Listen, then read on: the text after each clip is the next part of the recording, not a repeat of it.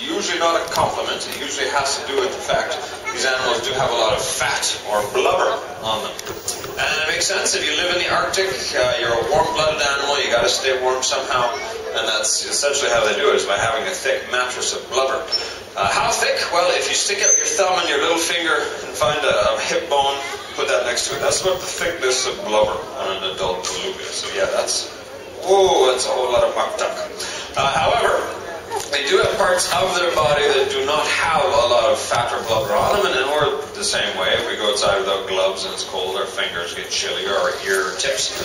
These animals have small pectoral fins, or flippers, and also small tails. And that's one reason we think that they're small, is to minimize the amount of heat. If you got a great big tail with a lot of blubber on it, it's just a great big heat vent, essentially. So yeah, it makes sense, doesn't it? Have some small tails. However, if you're a big whale and you got a little tail, chances are you're not breaking any speed traps. No, these animals, they're not known for being the fastest of the whales or dolphins out there, but they are still quite powerful. And they can use those small but powerful tails to come pretty high out of the water. And again, if you just watch the dolphin show, they can't come up as high as the dolphins. However, when you consider these animals are wrapped up in a mattress of fat, the fact that they can get any part of their body out of the water is quite impressive. So, nicely done, belugas. Now, what are we talking about now? Oh, I remember now, exactly. If you do compare them to whales and dolphins, there are even some different parts these animals have that may not be as defined. For instance, along their backside, as Keela came up, or Aurora demonstrating up front, there's not too much in the way of a dorsal fin. And even whales like humpbacks or fins, typically they've got a little dorsal fin, but these guys, there's not really nothing. Well, they do have what's known as a dorsal ridge, and since these animals are mammals like we are, they have to have access to the air. If you live in a place with a lot of ice, well, you need a little bit of built-in icebreaker. And yeah, these guys, they are able to break through thin layers of ice with that dorsal ridge, but generally speaking, no, it doesn't make sense to have a big dorsal fin, because that would be getting caught in the ice. However, they are actually hunted by one of the largest dorsal fin-carrying members of the whale and dolphin family, the transient killer whales. They're marine mammal eaters, and yes, they are also found in the Arctic, and yes, they hunt belugas. However, when there's a lot of ice around, typically you don't find too many orcas, and usually these guys are able to hide quite well in amongst the ice.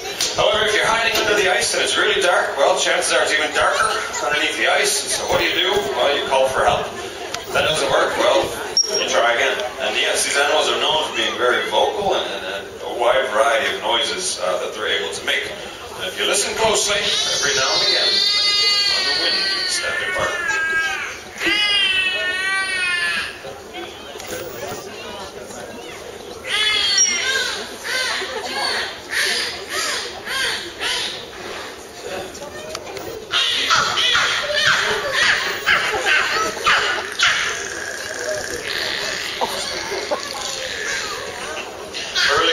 Explorers called these animals the canaries of the sea because they thought, oh, Francois, I'm surrounded by birds. But no, they were actually whales. And as far as we know, they are the most vocal of any of the marine mammals out there. So yes, even more vocal than our Pacific white-sided dolphins. But similar to the dolphins, they also use sound to navigate as well, echolocation. But these animals can do it a little bit better because they've got some extra parts to help them out. They have a forehead region known as the melon.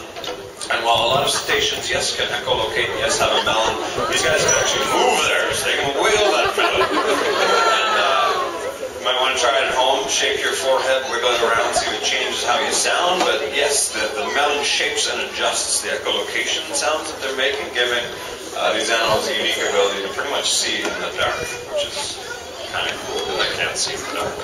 But they can use this to figure out what the ice is doing, maybe what other belugas are doing, maybe when there's a fish or two. But they've got a few more direct ways of finding the food that's around them. But to tell us a little bit more about that rather fascinating feature, change of pace, how about we listen to the lovely voice of Molly.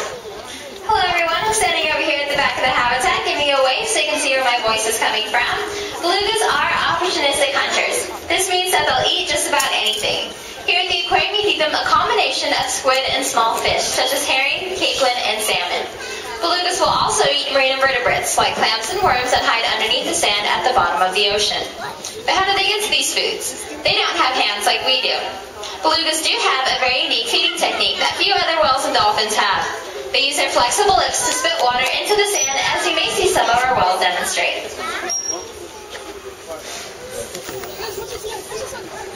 Oh, watch out, Julie. Oh, no, that's a Phil. Now you might be thinking, well, that's not terribly impressive. I can spit water too. What's the big deal with that? But as Molly mentioned, yeah, there's not too many whales that actually have flexible lips that allow them to actually spit water. They don't usually spit in the air, because that'll just get Phil wet. He's not really edible. They'll swim into shallow water and spit into the ground, stir it up, and maybe find something in the ground. And speaking of shallow water, those in and around our habitat, there are several shallow areas, and why do we belugas actually use those areas? And well, yeah, they do. They're able to get into very shallow water and do a few different things that they can either rub up against and then get rid of excess skin, because you'll notice the tika is that gray color, and they actually slough off that skin and get whiter and whiter as they get older. Or they'll get in there and look for food, or maybe move in there and hide from a transient or an orca. So yes, they are, again, fairly unique amongst whales, able to get into shallow water and get out. But these areas don't remain ice-free for long. Soon the ice returns, and these animals have to move further out and find other sources of food and other places to hide as well. So we've had a pretty good chance to explore some of the unique adaptations these animals have for living in, yes, an environment that is as challenging as the Arctic. And while I mentioned at the beginning that these animals are able to meet that challenge, some of the populations up in the Arctic not doing too well, and there's a variety of reasons for that. The Arctic is, yes, getting to be a little bit busier. Oil and gas exploration, extra tourism is creating more and more noise for these animals to have to deal with, and even less ice. Climate change. What do you do if there's not much ice around in your beluga? Who knows? Let's figure this out. So we do like to challenge our guests, try and think of ways, how can I get to know our beluga friends to the north? How can I help them out? Whether that is just by getting to know about them a little bit better and some of the amazing animals we have up there, or, yeah, even changing our lifestyle way down here in Vancouver. However, it does get serious towards the end. We might like to end on a high note, or an Arctic kiss of sorts. If you're in the corner area, this is a little bit of an Arctic peck on the cheek, I suppose.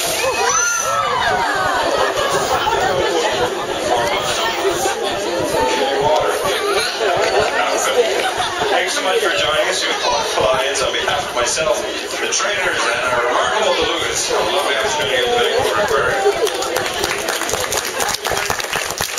Again, if you're looking for further viewing opportunities, if you haven't been underwater, say hello. Stairs are here and here, and they'll take you down. And yes, you can wave to the belugas through the glass. And if you're hoping to catch the final showing of Dora and Diego in 4D, and you're wondering where is the theater, I can take you there. The doors do close in about 3 minutes, so we'll have to hurry. If you want to follow me, I can take you back into the main building.